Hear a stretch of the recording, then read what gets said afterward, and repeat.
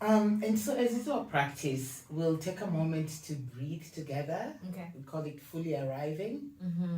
So you'll join me. We will breathe in to a count of 5, hold to a count of 2, and then breathe out slowly to a count of 5. Okay. And we'll repeat that 3 times. Okay. Yeah. Are we keeping our eyes open or closed? As you wish. You can be open. I'll keep it open. Okay. I'll close. All right. Okay. So let's breathe in. Hold. Breathe out slowly. Breathe in. Hold. Breathe out slowly. Breathe in. Hold. Breathe out slowly. Now let your breathing return to its normal rhythm. Not controlling anything. Just letting your breath lead you. Letting your breath guide you.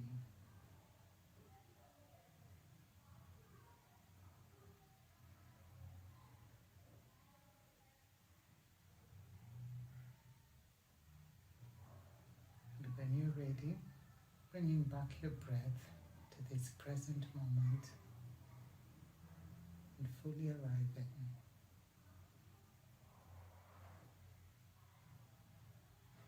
Thank you. If only life could be like this every day. Even after coming back to Kenya, and so working out through university for me is what helped me in my academics. I remember when I was doing my dissertation in my final year, I had a proper block. I didn't know how to approach it. I didn't know what the next chapter should be. And what I said was, okay, fine. For this whole week, I'm going to run every morning and then come back to my laptop. Mm-hmm. And it worked. So even after university and now, coming back into society and looking for a job and doing the whole adulting thing, I just said that I'll commit myself to this lifestyle. But then at the time, it was more about what I was eating and working out. So I started understanding that wellness is really the process of being very deliberate about making healthy choices on a day-to-day basis. And what does wellness mean? Wellness is our mind, wellness is our spiritual awareness. So it's not just about the exercise and the nutrition. So I actually enrolled in a course at a university in town. And I found it on the internet. Right. I showed up there, I paid the deposit, I started my classes. It was going to be a 3-month diploma in fitness and nutrition. But apparently the school was a sham. So, yeah, the guy disappeared with our money. He disappeared to Rwanda. So, but then we only knew it was a scam a month in. So it was a 3-month diploma, and I did 1 month. But even the 1 month that I studied, that's when I started understanding that wellness is really all these elements that make us who we are. Right. You can eat well, you can do exercise, but if you're not doing things to take care of your mental health, because those things do contribute, but if you're actually not separating your mental health work outside of what you eat and how you exercise, you can be fit, looking amazing, right? But you're not battling your inner struggles in the right way, right? And so now I started learning about meditation, because I used to think that meditation is isolating yourself and going somewhere to like a retreat in Bali, right. And then that's what people think, isn't it? Yes. Yeah. So then I listened to this interesting, and I should probably send it to you, an interview, Andy Combe, I think that's his name. Yes, he does Headspace. Yes. He's the founder of Headspace. Yeah, so he did a TED Talk, and he said that, and literally his definition of meditation completely changed how I look at it. I used to think meditation is about removing your thoughts or like clearing your mind. It's impossible, because we're human beings. Exactly, so he said that meditation is a process of developing a better relationship with your thoughts. Right. And I was like, wow. Yeah. So what does that mean? So then I started trying that, and I would just feel more grounded. Right. Like I wouldn't feel like if somebody is cutting me in traffic, I'm like, hooting. I'm like, so there was less hooting. I was less reactive, Right. basically. So Exactly. I started being more responsive. And the more I did it, actually, how my meditation started was I was working in a law firm and I hated it. And I just felt like, how do people do this? Like, for the rest of their lives? Is this going to be my life for the rest of my life? Right. Okay, no, but I'm here, so how do we cope? So I actually used to meditate for 30 minutes before going to the office. To help you cope. Help me cope. Right. And let me tell you, it did. Because the exercise, yes, it helped. Eating healthy, yeah, because that's how you like maintain your physique. But I felt like mentally there's something I needed to, like there's some work I needed to do on a day-to-day basis. And so when I started doing meditation in 2016, 4 years ago, I just realized that I was just less reactive, you know. I was less reactive, I was more present. And then even like if maybe I'm not enjoying the case I'm working on, I would just look at it very positively for whatever reason. Right. And so yeah, like for me, wellness is really about everything. It's about, you know, what you eat, exercising, the mental work, being mindful. Yeah. And you're a mindfulness coach. Right. And the spiritual part as well, because we are multifaceted as human beings. So we do the physical exercise for our physical part. Yes. And the spiritual, whatever spirit that means to us, or what we do to cultivate our spirituality. Yeah. But then there's the mental, and so that relationship with your thoughts, and for me also with yourself. Yeah. Because you are able to listen in and be grounded and just know who you are. Yes. That is empowering. Yeah. How has that journey, in terms of, you talked about discovering your thoughts and being at peace with your thoughts and having that relationship, and this place of finding who is Loise. Right. How has that journey been for you?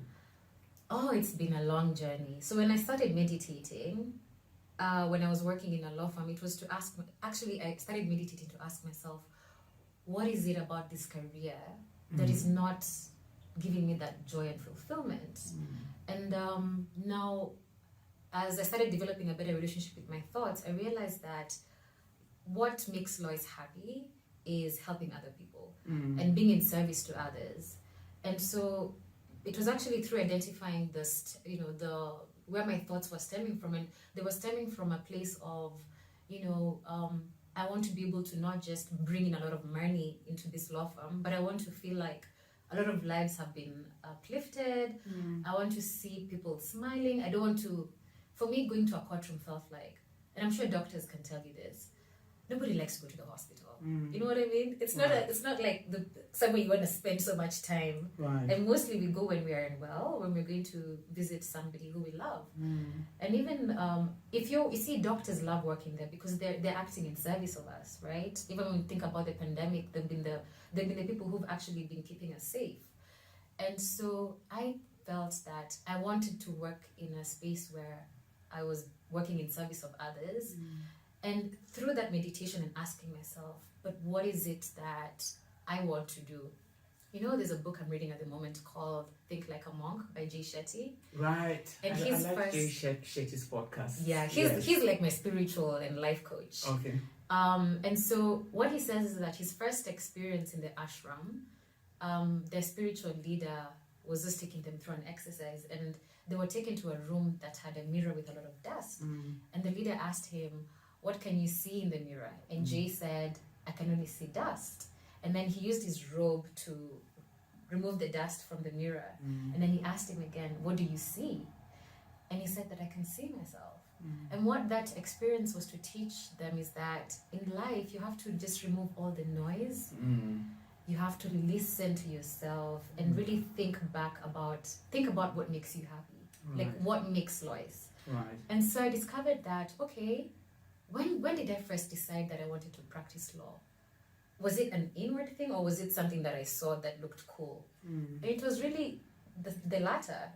I just thought that female lawyers just looked really, really cool, and You watch many sitcoms of exactly. TV of the lawyers. It's like Ali McBeal. I was like, because there's really nothing, you know what I mean? So it's that journey of, okay, so it's a meditation that helped me ask myself those questions. And I realized that anytime I would do something that would help other people, I would feel so good. It would really fill me up, you know? Of course, making money is nice and it's great, but I always felt like there's a lot more that I can do that was never taught to me. And also, why is it that society has conditioned us to have like a life where you almost checking every list? You go to university, and then you get married, and then you get a mortgage. Why is it that there's never any self-discovery in life? And what does self-discovery really look like? So in my journey, my meditation has helped me understand myself better. And the more times I've spent by myself, I really just reflect a lot. You know, I really reflect a lot. And there's a space after you exercise, just in those moments where you have your endorphins rushing. I actually get the best of my ideas when I'm exercising. It can just come to me. The name Tizi Talks came to me when I was in the shower at a gym, because I was like, I don't want to call this blog Loise Machira, because it's not a personal blog. It's not a blog where you'll see, so today I did this and now I'm traveling here. It's really a website that talks about what healthy living is, that it should be enjoyable. And so what should I call it? And because my trainer would always say, pick a Tizi, know what, like all that stuff that trainers say. And so I thought, okay, Tizi can be the name of the brand, but it needs to, I tried to register Tizi as a business, but they said that there are a lot of complications in terms of it's a city in Algeria. Yes. And then also like there's other, companies that have the name Tizi. But then I used to love watching TED Talks. As I've just referred to the Headspace founder, I learned so much from him because of TED Talks. And I wanted the platform that I built to be something conversational and something where I would invite people to speak about their fitness journey. And so then that's how I came up with the word Tizi Talks. Yeah, I love it. I actually love the Tizi. It's such a good combination and a good play of words. Thank you. And so your journey from, turning from your profession into this passion, was that difficult? Because, you've studied, you've gone to the university, your parents are expecting a lawyer and not a Tizi Talks, blog, trainer, consultant. How was that for you? It was so hard. In fact, when I started it, I didn't even tell my parents about it. Even now, when it started, now I realized I need a website, and website costs money. So I remember even approaching my parents to give me some money, but I couldn't exactly say what the money was for. And so eventually, when I didn't get it, I was like, okay, I'll just have a free website. The ones where it's like strikingly, like it's not a .com. I was like, you know what? We'll figure it out. It will work. So it wasn't easy, but to be honest with you, my creativity was born by working in a space, in a very good working environment. So knowing that I didn't want to work in a law firm or practice law in the conventional way, I jumped and joined the humanitarian sector. And I was working in such a good environment. I was working for the Federation of Red Cross as an intern. And then you're giving, which is what you want to do. Exactly. You're helping people. Yeah, I was working for the Somalia office based in Nairobi. And I could actually see the work we were doing was actually helping people. And even like the working environment was amazing. You could come into the office as long as you lock in your hours, you could come into the office at 10 and leave at 6. And so creatively, my well-being was I was in a very good headspace. And so even creating the content for me, even if I knew that I didn't have the money for the website, I didn't have money to pay any photographer, even the logo, I paid a guy like 2,000 shillings to to create that logo for me. You know what I mean? Yes. Which is still the same logo. I'm like, it works. But because for me, I was creating it to share what I understood. I think that authenticity related with a lot of people, and a lot of people I feel like were looking for the message that healthy living is whatever you choose to make it, and it's not the convention. It's not what we all think it is. It's not about drowning yourself in green juices, or being skinny, and it's not for celebrities, or athletes. And you see, I'm an average person. It's not like I work in industries where you need to look a certain type of way. So then also the fact that I was a content creator who was genuinely living this lifestyle, I think over time, I didn't even realize it, but I was churning out so many articles. And then before I knew it, I was getting nominated for awards. And when I could now afford to pay for the website, I ran and did it very fast. Okay. But I can guarantee you, it was a free website for a very long time. And it didn't matter to me because I just enjoyed creating the content, you know, and I still do. So it being a passion project of mine was a safe space. Right. That's now growing into something that people are calling a brand, you know? Right. Yeah. But some people would say that, you know, Lois, you're quite lucky you're able to do, you know, passion. I need to pay rent, I need to pay for my family. I don't have that luxury. I just need to keep on moving, you know, and grinding. Yeah. What did you tell them? What I know I'm not happy. I don't have the luxury of choosing, am I enjoying myself? I just need to live to survive. Yeah, what I'd say is, and it's actually something I was reading this week, if you're working in a space where you're not passionate about what you do, but you are good at your job, then you can bring in your passion into your work. Right. And an example is, for example, I was reading, now this story was about a lawyer, actually, a female lawyer who didn't enjoy what she was doing, but she had bills to pay. She had people who were dependent on her. She was actually the firstborn in her family. And what she did was, because she had a passion for baking, she started this thing called, I think, the second Monday of the month or something, where anyone in the office would be assigned to bring some treats to the office. And if you don't know how to bake, it's fine, but it encouraged the culture of people wanting to learn how to bake. Right. And she the one who started the whole initiative. And she would always make sure, even if it's not her turn to bake, that she would always bring in something for the office, for guys in her office to enjoy. Another example is also, if you're really passionate about, so Jay Shetty was very passionate about personal development. And what he did was, when he was working at a consulting company, super corporate, he said that he would love to have like a session every week where they talk about spirituality and mindfulness, right?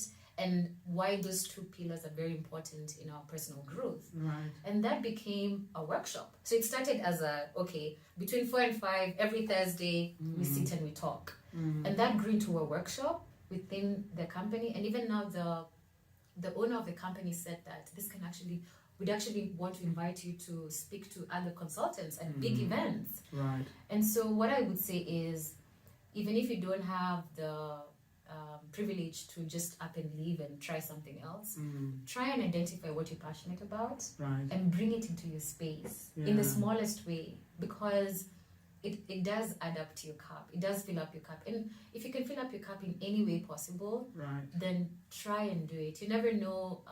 It could be something that can be very successful in your company. People will really value it.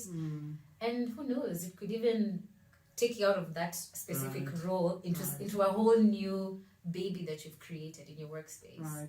I like what you're saying. Take time to find out what that passion is, because sometimes, and that's why I find mindfulness important. This idea of taking time to stop and breathe, and really interrogate yourself on, why am I doing this? Because sometimes we're always just in this, rat race, and we're just moving and we're not asking those questions. Is this thing giving me joy? What do I really enjoy? And find what that is, and then see how you incorporate it in your life and make time for it.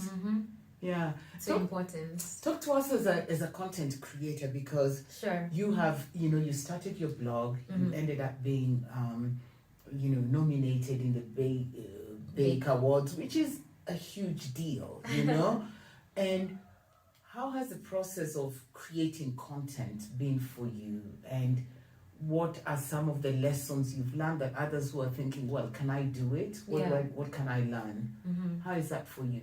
So my process started out, I was so passionate at the beginning. I had so much to write about. And then I realized that the more I was creating, the more ideas I was getting, but I was also starting to lose the time to do these things, because I was creating content while having a full-time job. And so what I would do is, I was very ambitious at the beginning, thinking that I could spend 2 hours every day. But then with traffic in Nairobi, by the time you get home, and then you have to wake up early the next day, to get to the office and you need your evening routine, what I found was that I had to be very deliberate about my weekends. And so if you can even put in 2 hours aside in a weekend where you're waking up and you're not having to think about rushing to the office, and just write down what your thoughts are about any topic. So because for me, wellness is such a wide topic. There's the physical and internal, which is physical is basically our bodies and what we eat. Internal is our mind, our emotions, our spirituality. And so what I did was I actually divided every pillar of wellness, and I would actually write topics that I want to write on. So writing down the ideas of topics I had helped me create like a content calendar. And at the time, I didn't even know. Critical. That's a content calendar. But I just knew that, okay, for next month, I want to talk about this. Because, and then if you think about it, each month has 4 weekends. If you're going to dedicate 2 hours every Saturday, those are that's some good time to be able to write the content. And so I had to come up with a content calendar. And then also I would talk to people about what would you like to know more about? You know what I mean? I would even look at the analytics on the website to see which articles are getting the most views. And what I found... That's good insight. Yeah, and what I found that was very shocking was that there's an article I published called 14 Gyms That Are Under the Cost of 7,000 Shillings for Membership. 14 of them. And I listed all of them. And that article till Are they all of them in Kenya or just yes, Nairobi? All of them in Kenya. Okay. All of them in Kenya. I think all of them in Nairobi. Okay. And so what I discovered Maybe was... you should do one for 14 gyms in all the cities or in the counties. I know. Yeah? Because... And that's how I discovered that, okay, fine. So people like to have practical information. Okay, I'm on a budget, but I want to stay fit. What's in my area? What's in my locality? So understanding what people want to hear about, doing your research, talking to people in the industry, looking at what other people are writing about. I think all these things were able to inform my writing plan. And then also, to be honest, for me, writing is a passion. So not just writing about health and wellness, but I do enjoy putting my thoughts on paper. And so to me, as a content creator, you could do videos, as you can do the podcast, as you're doing. But I wanted to just write a lot. I don't know why, but I just wanted to write a lot. So then growing into creating the calendar, then now the next thing was, okay, what about images and videos? And should I do videos? And don't even know anything about videos and pictures. So I started thinking about, oh my gosh, there's so much to think about with creating the blog. And I started, the first interview I did on my blog, it was actually with G Money, the DJ. And this was after a lot of rejections. Okay. Because people were looking at my website and were saying, oh, but there's not even one interview. Yes. Do I want to be the first one? Do I be the first one? And even I remember reaching out to somebody and she said to me, you don't have any interviews. Why don't you build up your interview base and then get in touch with me? But when I called up G Money, he's like, oh, this is great. Happy to do it. I didn't have a photographer. So actually I took screenshots from his Instagram page and used that on the article. And so my growth I've come from there, taking screenshots or Googling your images and then using those images on the article. So slowly I started to, pay a photographer. And actually, I wasn't even paying. I was collaborating with a friend. So for anybody listening, if you don't have a budget for production, you can enter a partnership with somebody who's also just starting in photography. And then they get visibility of what you're trying to do. So you're supporting one another. You grow together, right? And then again, now, if you want to start doing video content, who is willing to trust in my vision? Again, it's also a vision thing. You want to be... And what I say is, with a lot of people I've worked with, you're part of this growth of a very big vision. And I don't even talk much about what I want to do with Tizi Talks in the long run, but I have a very big vision for it. And everybody who has been part of this vision, including even speaking about it with you, thank you for this. It's an exciting journey, And if people can believe in what you're doing, they'll support you. Even sponsors, I've done events at places where I remember for Global Wellness Day, actually. So I'm the first Global Wellness Ambassador for Kenya. Congratulations! Yes, I was looking at that. And it basically just means that every second Saturday of June, every year, I have to put together an event, a free event, and it's all going to be about health and wellness. And because it's free, I didn't have a budget for it. And I remember approaching different venues and they were like, oh, great. I wouldn't even tell them that even Oprah has endorsed it in the US. Like, it's not a small thing. But venues would look at me like, but you want to use our space? Yes, for free. So, you know what? Believing in the vision is what got me a really beautiful venue in 2019. Believe in the vision. Believing in the vision. You have to live it and believe it 100% for somebody else to buy into it. Yes. And so Trademark Hotel gave us the venue at Village Market, and I couldn't even believe it. But then you see also, it's that collaboration. So collaborating as a content creator is so important. Right. And you have to move in different event spaces. Look for events that are in health and wellness. And I used to it every Saturday. I would be attending a boot camp, a yoga class, telling people about my blog. This is what I write about. Right. And so people are like, oh, wow, we really like your content. So we're very happy to check out your website. And then people now start following the blog. And the more people start following the blog, the bigger your brand becomes. Right. And then, it's what has led me here today. Right. And you are, so as a global wellness coach, and I think people who look at you or read your blog think that, well, Loise has it all together. There's nothing that can really shock her or put a damper in her life. But I know that last year, at the beginning of COVID, you had just gotten a job. You had turned the job that you wanted, which is in human, advocacy. Yeah. And then because of COVID, you lost the job. Yeah. Tell us, how were you able to cope with that? You've got a job, you're already working, this is what you want, it's in the line, it's human advocacy, what you like. Yeah. And then suddenly you don't have a job. Can I make you laugh? Tell me. So, when I was looking for a job, somebody told me, have you ever tried looking for a job using a HR company? Like, you actually tell them what you want and then they will help you get the job. So this company, it was a recruitment company. So they called me for a meeting after I sent them my CV, and they were like, look, we actually see that you've done some marketing and you've done some communications. So can you be our head of communications? Yes. Literally. Right. I thought they were calling me for a job in advocacy. Right. So what I did was I took it, as everyone would, just because you need a paycheck. Right. And then the pandemic happened, and because everybody was closing shop, then a lot of recruitment companies went under very quickly. And so that's what happened with the company I worked in. And I was going to be based in between Addis and Nairobi. But then when the pandemic happened and I lost my job, actually I'd even just moved into a new apartment to be closer to the office. Wow. Because I really believe in being able to walk Yes, to your workplace. Should be, yes. So, here I was living in Westlands, not knowing what I would do to sustain my rent. And I remember watching an interview where Mukisa Kitui was talking about, back then he was still working for the UN, he was talking about the impact of COVID on the economy. I'm not an economist, so I was paying attention. Right. Because this pandemic thing is looking like it's here for some time, right? And I remember him saying that whatever you have on you, just save it. If you can save any penny, save it, because it's only going to get worse from here. And let me tell you, 2 days later, I packed my suitcase and I went back home, to my family home. Right. So now I started feeling so bad for myself, and oh my gosh, I'm really one of those guys who've lost their jobs because of a pandemic. Right. What does this mean? And although it's not a job that I actually wanted, that experience showed me that I felt like, okay, maybe now this is the right time to really focus on what I want to do on top of creating content. And that's another thing. Gyms were closed.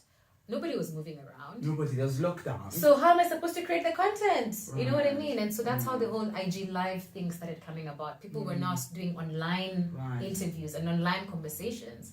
So in the middle of all of this, again, the only thing that was preventing me from having a mental breakdown was my morning routine of waking up in the morning, preferably before the sun rises, getting into prayer, meditating, exercising, and then having a very wholesome breakfast. So I've always said that no matter what I'm going through in my life, if I'm physically capable of doing my morning routine, yes, that I routine need to is do so it. critical. It keeps me is. because Yes. there's really nothing preventing me from sleeping Right. in bed all day. Yes, and feeling, oh, life is really tough. Yeah, But just having that routine, wake up. having that routine, even if there's no meeting I'm waking up to do. Right. You know what I mean? Yeah. I'm like, okay, my meeting is my job applications. Right. Let's get this done. So in the middle of all of that, as I'm still dealing with my own crisis internally, I came across the Kariobangi evictions. And in my head, I was like, wow, you mean people can be evicted in the middle of a pandemic and have no recourse? Here I am feeling sorry for myself, yet I have access to Wi-Fi and Netflix. Right. So really, what's the most important thing in life? And I think for me, that's where spirituality comes in, because I feel like the more spiritual you are, and it's something that I've actually noticed from my mom. So my mom is a staunch Christian, and I just find that with my mom, when she's going through a really hard time, she's not falling apart. Right. You know what I mean? There's always this like hope that things will be better, and I've always wanted to live a life. It's called faith. Yes, I've always wanted to be how can I be more faithful? How can I be more positive with all the chaos going on around me? How can I quiet the noise? And so, I think moving back home, I got back into that spirituality. And when the Kariobangi evictions happened, like, I think we all see injustices on social media, but this one really spoke to me because, I was watching these videos from my bed with my laptop playing Netflix in the background, and I was like, I think I can do something about it. I think I can raise some money, but let me first go there and see what's happening, because for me, I didn't find out on media. I found out because of social media. Right. So then, going into that project, raising a lot of money to be able to help the families, then now, I started feeling, honestly, like going there and talking to them the next day, it almost like it removed the crisis I was dealing with. Right. Yeah, because you forget about yourself, and now you're focusing on people who need help. Exactly. And I think for me, it's that wanting to work in service of others, and it really filled my cup.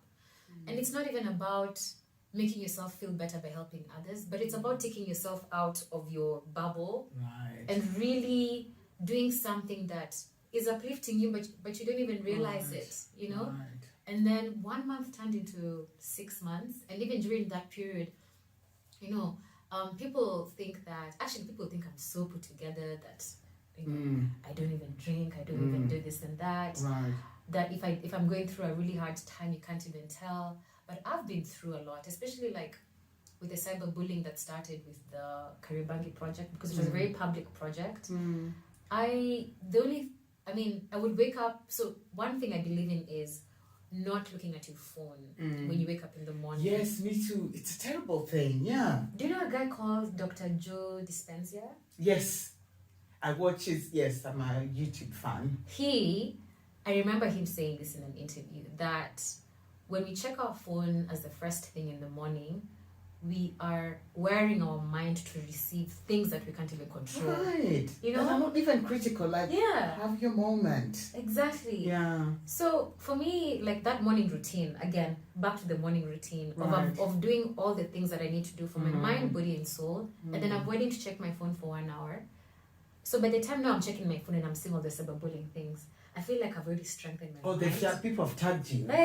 People have tagged me. I've been sent all kinds of things. I think one of the worst things I saw was, we see you helping people in Kariobangi, but then you also post pictures of yourself practicing yoga. You must be a witch or something like that. Like really nasty stuff. Like the two have nothing to do. Yeah. Yes. And at some point, at the beginning, I was like, oh my God, like how can people say these things about me? And then later I was like, you have a problem.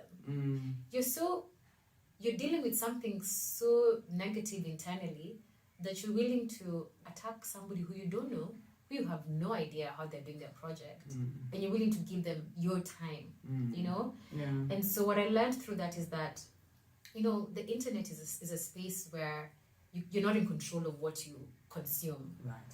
So being mindful about the kind of content you consume honestly also really helped me through that period, because I would just cancel out the noise. And because I was really working on myself internally, for me, I just find that people who are very angry and they use so much vulgar and they keep throwing it where it's not required, they have a problem. Yes, you know what they say, hurt people hurt others. Yeah. Right. Yeah. And someone has a problem, and so the only way is to lash out at you. Yeah.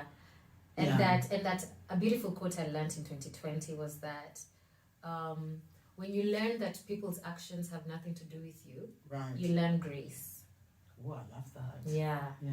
So I just put out the noise, focused on what I needed to do, and it stops. You won't be cyberbullied forever. Tomorrow there'll be a new thing. And exactly. Those people are looking for what's the next new thing, and then you are left behind. Exactly. Right. So even what I'd say to anybody listening who's ever been cyberbullied or has been cyberbullied, it's really nothing to do with you, but everything to do with the person who is actually using their own time and energy. Imagine using your own time and energy to write such negative stuff. Yeah. To me, I call it emotional pollution because you're dealing with some stuff and you're just polluting. You're kind of like leaving your residue everywhere, like very toxic residue everywhere. Right. Yeah. Wow. So the lesson that taught you was being mindful about what you consume. Absolutely. Right. And avoiding to check your phone within the first hour when you wake up. Right. Because by the time I look at my phone, I've done everything. In fact, the perfect routine for me is where I wake up as early as 5 a.m., say my gratitude prayer. And why I specifically say gratitude prayer is because I'm literally thanking God or whoever is listening to your higher being for giving me a new day. Right. Because... And you're well and you're whole. Yes, I'm well, I'm whole, I can see, I can feel my hands. People are paralyzed. Right. People are in a coma. People have COVID. Right. So you're able to wake up healthy. So the gratitude prayer, I've found, puts me in a very grateful mindset. And when you're grateful for the things that we take for granted, like waking up every day, I just approach the day, less judgmental. Right. Less critical. I don't complain so much because I'm alive. And I really believe that, whether I'm spiritual or not, but I really believe that as long as you're alive on this earth, you still have a purpose. Absolutely. Because one more day. Yeah, because if you don't have a purpose, you wouldn't wake up. Everybody has a timeline. And then as much as it's a difficult thing, nobody likes to think about death. But that's what motivates me. I'm awake. We have things to do. Right. I'm unemployed. We have work to do. Right. I need to talk to people. I need to write some content. You just have to keep going. Right. And so that gratitude prayer helps. Meditation, right. Helps me a lot because I'm really centered. I understand myself better, where my thoughts are coming from. And then I've also found that, so there's something I'm learning called hurtful fears and useful fears. So I've found that, hurtful fears are fears that you worry about the unknown, but you have no control over it. Right. So for example, it doesn't serve you. It doesn't serve you at all. It's hurtful. And an example would be if you're unemployed and you're looking for a job and you're worried, how am I going to pay my rent? How am I going to put food on the table? So you can switch that to a useful fear by knowing that there's a way to go around your unemployment. Right. Just keep applying for jobs. Just keep talking to people. Right. Just keep volunteering where you can. Right. So there's a way to go around it. But a hurtful fear is something like worrying that your loved one will die from cancer or something. You can't control death. Yeah. So you can only... So when you look at fears as whether they're hurtful or useful, you learn how to manage it better. Right. And my meditation for me, like now when I think about where my thoughts are coming from, I'm like, is there anything I can do about that? No. So let me try and move away from that. And then now the exercise part, my God, like for me, 45 minutes every day, whether it's yoga, HIIT, a run, something, a walk. Physical. You need to do that because you need to like get your blood moving in your body and open up your mind. Now that your spirit is awakened, your mind has been worked on. Now the exercise is enabling your physical body to be able to move around. You're energized. And then when you have a wholesome breakfast after that and a nice cup of coffee as you write your journal. A wholesome breakfast. I like that. Yes. A wholesome breakfast. Just, like banana oatmeal with some almonds and some blueberries or strawberries and maybe like an egg and a coffee. And then after that, you check your phone. Right. There's nothing that will, there's nothing that's gonna, because Yes. you're ready. Right. You're ready to attack. And for me, that's the routine that I call the ultimate the ultimate morning self-care routine. I love that. That And that's what we should, not your phone, not what's happening, Yeah. just taking care of yourself, Exactly. your soul, your being. Exactly. And what has so I ask that question normally at the beginning, Yeah. but what has 2020, 2021 taught you that you'd share with listeners? Wow, it's taught me that life is so precious. Yes. And that I need to be more grateful than I already am. I really think that the best way to live is to live a life of gratitude. Absolutely. And that we need to be more compassionate towards each other. Right. I think this pandemic has really humbled us, It's literally forced all of us to stop and think and stay still, whether you're working from home or whether you don't have a job, but we've all been forced to sit. And even, we've gone through so much emotionally. We've seen people losing their lives. Right. And I think it's that's shown me that, wow, things can just happen and a pandemic can stop the world and millions can die. Right. And so I've definitely learned to be more grateful. And I even feel like the more grateful I am, honestly, things you could the see more me the here. universe opens. Yes, isn't it? yeah. It just Look at me opens. sitting with you here, Right. having this conversation. A Yeah. few months ago, I did not think I would be in a position to talk about the importance of gratitude.